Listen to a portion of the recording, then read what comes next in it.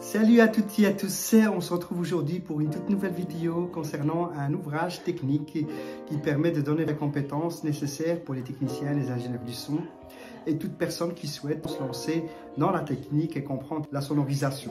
Je vais vous le montrer, c'est sonorisation et mode d'emploi.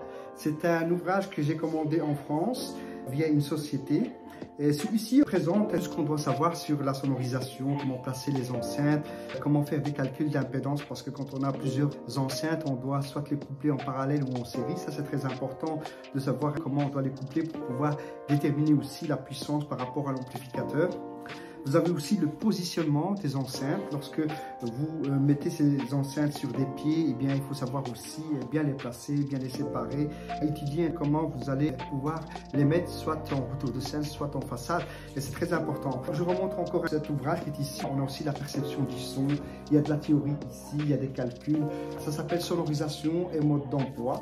Ici, c'est un ingénieur qui s'appelle Eric Moutou, qui est l'auteur de cet ouvrage. Il est consacré aux concerts, aux clubs, au théâtre, aux conférences. Il y a vraiment de tout dessus. Moi, je l'ai payé, je pense, ce prix-là, 29 €, qui est ici.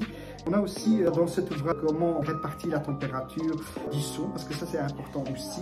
Là, on le voit dans l'ouvrage ici, on voit comment sont déterminées les températures via un logiciel. Je vais feuilleter encore ici pour regarder comment on peut optimiser les délais par rapport au son quand on met deux enceintes, parce que comme vous savez, les enceintes quand ils sont séparés, eh bien il y a toujours un retard. On essaie de compenser ce retard via des logiciels. On essaie de trouver des astuces pour pouvoir avoir le son qui vient directement à nos deux oreilles en même temps.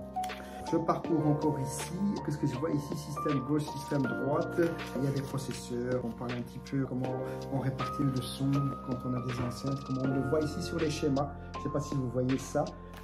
Je vais parcourir encore pour voir. Alors ici, ce sont les formes d'ondes sonores, les graphiques comme on le voit ici, une sinusoïde un peu plus bas, et puis on voit aussi en forme de raie, ici la partie au-dessus, sur le graphique ici. Alors qu'est-ce qu'on dit aussi par rapport aux autres choses qui sont ici? Mesurer les systèmes électroacoustiques, on a aussi des appareillages qui permettent de mesurer tous les systèmes électroacoustiques ici via cet instrument que vous voyez ici.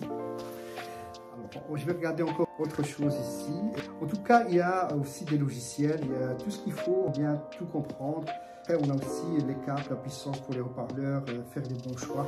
Voilà le câble ici, comme on le voit à l'intérieur. C'est un ouvrage qui est complet, un ouvrage technique. Puis on a aussi les filtres, comment ils sont formés en électronique, comme ceux qui ont fait des études en électronique doivent être un petit peu familiarisés avec ces circuits, qui sont des circuits RL ou RLC. Ce sont avec ça qu'on fait des filtres pour séparer les fréquences dans les haut-parleurs. Ici, on a les différentes formes d'ondes. On a la sinusoïde, on a une onde sonore ici, comme on le voit. Ici, quand il y a un signal qui est contenu dedans. On regarde aussi d'autres appareils.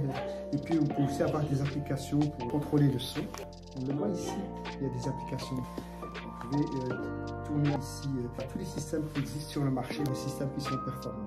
Donc ça s'appelle sonorisation mode d'emploi et c'est la deuxième édition. Je précise parce qu'il y a eu une première édition.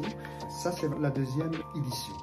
Je pense que c'est très complet. Moi, en tout cas, c'est quelque chose qui me plaît bien. Il y a pas mal de choses qu'on peut apprendre ici par rapport au son ici. On a des ingénieurs aussi qui donnent leurs avis. On a l'influence de l'environnement acoustique ici, comme on le voit. C'est bien expliqué dans cet ouvrage technique. J'ai terminé cette vidéo, comme toujours. Si vous voulez avoir plus d'informations à ce sujet, je vous suggère de vous abonner à ma chaîne YouTube, qui est Abdelkader Ami, dans laquelle évidemment vous trouverez cette vidéo très complète et qui part sur le sujet d'un ouvrage de sonorisation mode d'emploi qui est la deuxième édition. Je vous dis à très bientôt dans une prochaine vidéo.